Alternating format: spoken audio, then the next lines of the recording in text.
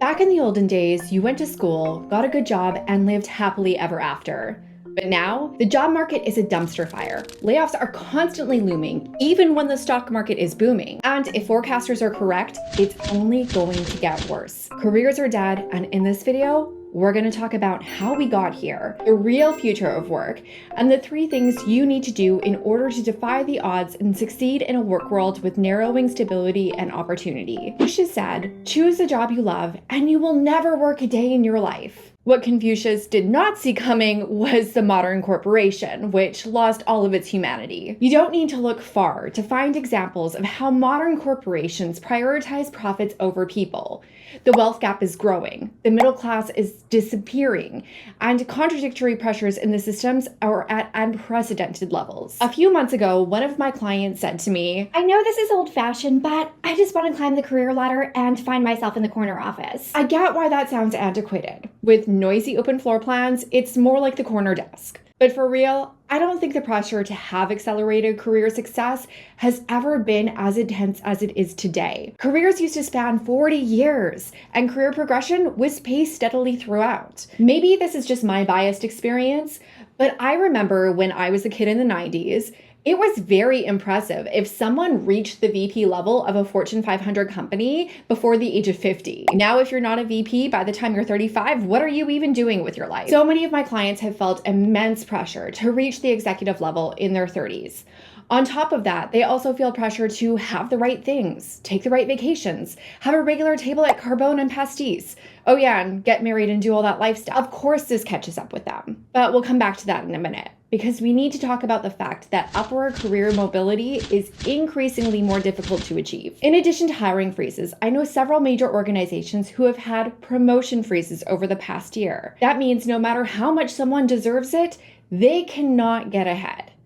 At the same time, we've seen companies announce flattening their organizations, which means they are decreasing the leadership numbers and opportunities. As the opportunities for career advancement shrink, the competition for those promotions is going to get so much more intense. Pair this with the decreasing training and mentorship, which we're going to talk more about in a minute, and a lot of talented, high potential professionals are being passed over for promotions they deserve. And if you do get promoted, you have to work your ass off to stay there. In my opinion, this is why we're seeing the rise of what I call the 9-to-5 and mentality. Why would you work thanklessly for 80 hours a week in a toxic work environment for a 2% increase once a year and be expected to answer emails on your PTO, stopping only occasionally to get a shot that makes it look like you're having the time of your life for Instagram? No matter if you're trying to scale the ladder or skate by, what a career looks like today is very different than it was 30 years ago. Up until the 1980s or even the 90s,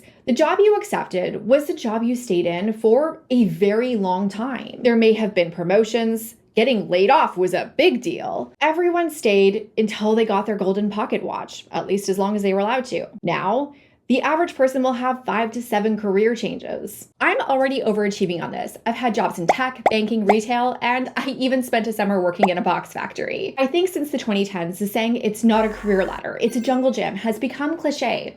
But it's true. If you won't grow your job, hate your job, or develop new interests over time, you can leave the career you have behind and start a whole new one. Which brings me to a shameless plug. If you are thinking of switching it up, I'll be diving into how to change your career easily and quickly in the May 5th edition of my Career Bestie Insider.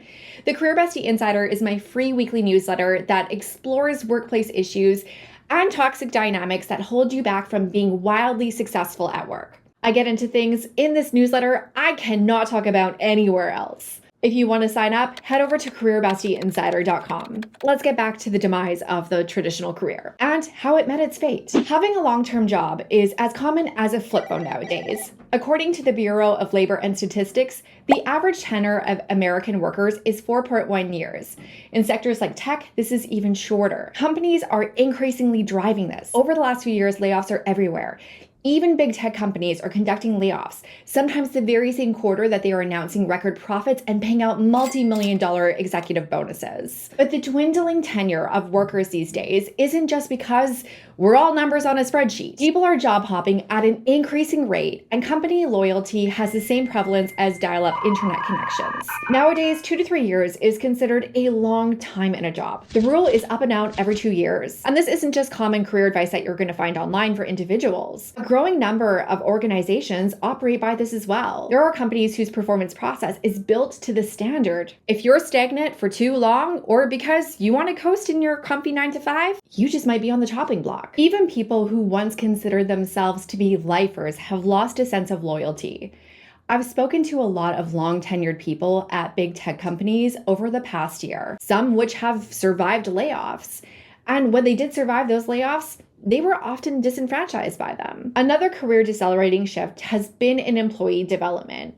74% of workers say a lack of growth and training opportunities is holding them back from reaching their potential at work. I've been in learning and development for the majority of my career, and this is a trend I've seen firsthand. I think a lot of this is because the culture has become so hyper-focused on productivity, but also because training and mentorship are employee investments. Not only are companies de-investing in employee success, they're not even making sure their paychecks are pacing inflation. With inflation unhinged over the last few years, wages spiking, and companies competing to hire talent during the Great Resignation, many offered little to no increases for current employees. If you did not change jobs, you functionally accepted a pay cut over the last 2 years. Inflation has remained above 3% at the time of recording this, yet the standard cost of living increase is still just 2%. I'm wondering if you have gotten a raise to reflect inflation. Let me know down in the comments. The withdrawal of long-term investment in employees has also de-incentivized tenure and destroyed the traditional career. In fact, I'd argue the career died when this happened. Back in the 1980s, 60% of private sector jobs offered a pension. When you put in your time, your loyalty would be rewarded with a steady pension. Companies managed retirement funds, and you were guaranteed a certain amount. Typically, that amount would be associated with your years of service. The longer you stayed, the more it paid. Corporations paid to manage these pension funds, and even if the funds decreased, the pension payments stayed the same. But in the 1990s, companies realized these had a financial burden, and it was one they could pass on to you. I assume it involves some rich old white dude asking himself the question, why should it cost us when it can cost them? Enter the 401k, a self-funded, self-managed retirement product which companies often provide a limited matching amount for. You know, because they're so generous. But with a 401k or similar retirement product, if you have the bad luck of the market crashing when you retire, well, that's going to be a you problem. The way we work has changed. Basically, overnight 4 years ago, remote work became ubiquitous, and it had a ton of upsides for workforce participation, productivity, and work-life balance. But there's a darker side. During the pandemic, we saw companies giving employees the opportunity to stay remote, but then they took it away, even forcing resignations of those who refused to return to the office. But now it's going a step further. I think a lot of people saw the writing on the wall. If work could be done from anywhere, it can be done from lower cost places. We saw this with Tesla moving its headquarters from California to Austin, Texas, to decrease their payroll and their tax burdens. Of course, they weren't the only ones, and many more are going to follow. But the shifts will not just be within America. And it's also not just limited to hiring employees and setting up offices in low-cost regions. In the 1980s, tech saw the emergence of outsourcing.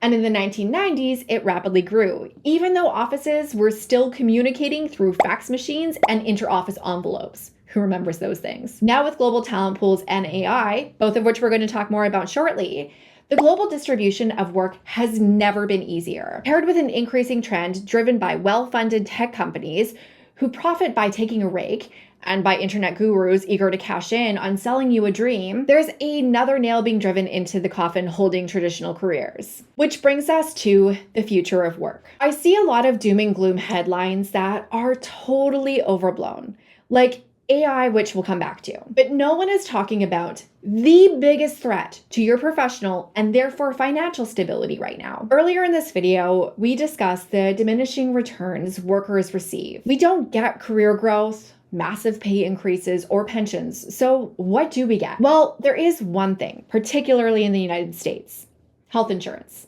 Companies offer health insurance, which they either partially or fully pay for. If you are self-employed and you don't have a spouse's plan to squat on like I do, you have to buy your own health insurance. While the cost depends on your location and other factors, the average price of health insurance in the US is $495 a month. And I've spoken to a lot of people that are paying more than $1,000 a month, and they still have a $10,000 to $20,000 a year deductible. In fact, I even have a video on here about why people don't quit their toxic jobs, and the top written in comment is health insurance. But this video is not to rant about the state and cost of healthcare in America. I can do that in another video. But I mention it here because, in my opinion, it is the last remaining loyalty driver. And it's one that you might be losing. Forecast that by the year 2030, 50% of jobs will be in the gig economy. Every day I see countless influencers and gurus promoting starting a side hustle or jumping into the gig economy. But they're all glossing over one thing. The gig economy isn't just killing careers, it will further centralize money and power. Yes, I am working on a deep dive video about this very thing and how the gig economy is a complete scam. Make sure you're subscribed so you don't miss it. Earlier in this video, we talked about globalization and outsourcing. What happens with gig work in a global setting? Well, I can give you an example. Recently, I considered hiring a graphic designer. If I needed someone on site with me in New York City, I would pay anywhere between $100 to $200 an hour for that person.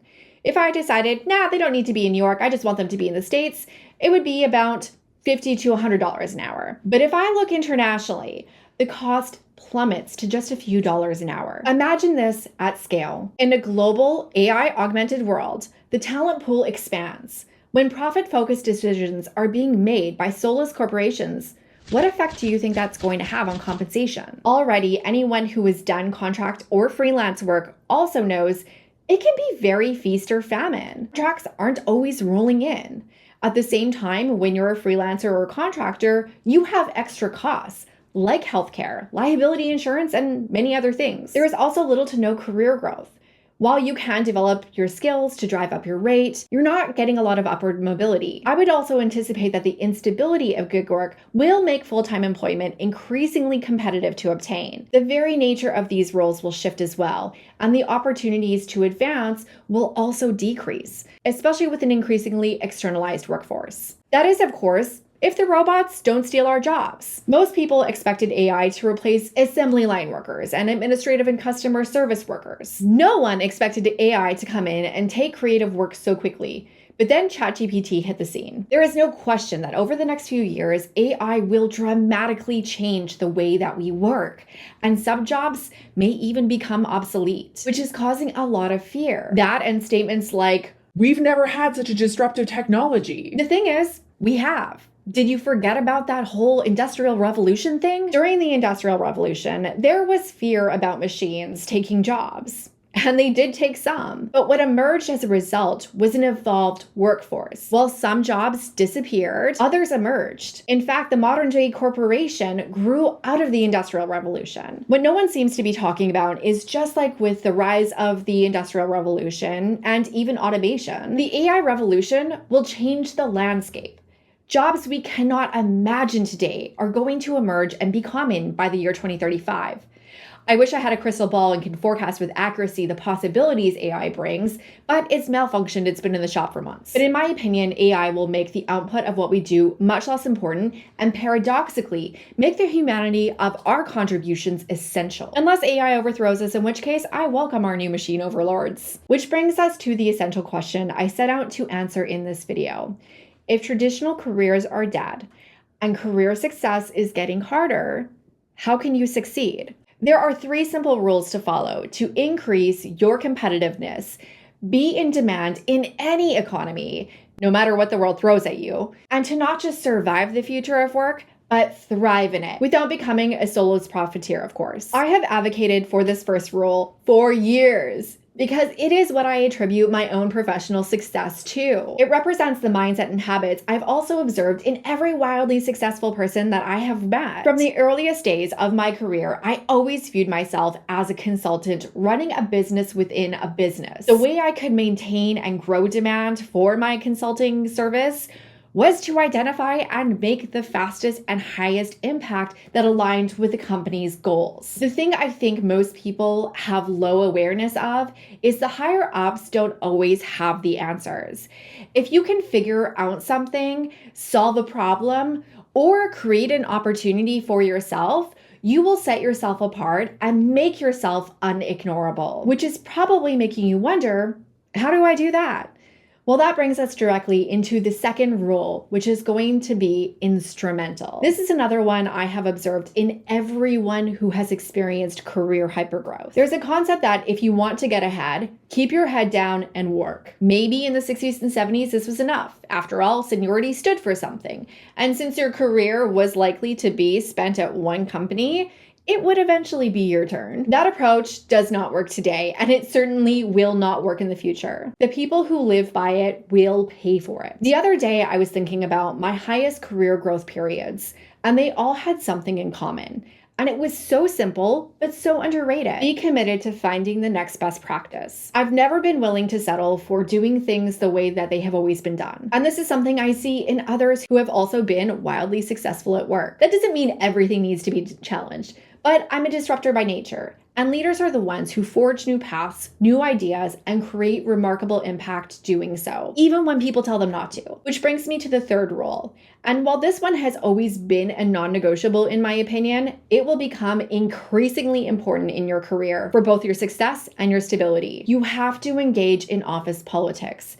To be clear, I am strictly against dirty office politics. First of all, ick, but second, you will play with fire and get burned. But that's also why office politics gets a bad reputation. There are so many dirty players, and we think of office politics most when we find ourselves in toxic situations of their creation. But corporate politics don't have to be dirty. Ultimately, they are just human interactions, and it comes down to your ability to build relationships, establish and manage your professional reputation, and establish influence at work. It's also not as complicated as you probably think it is.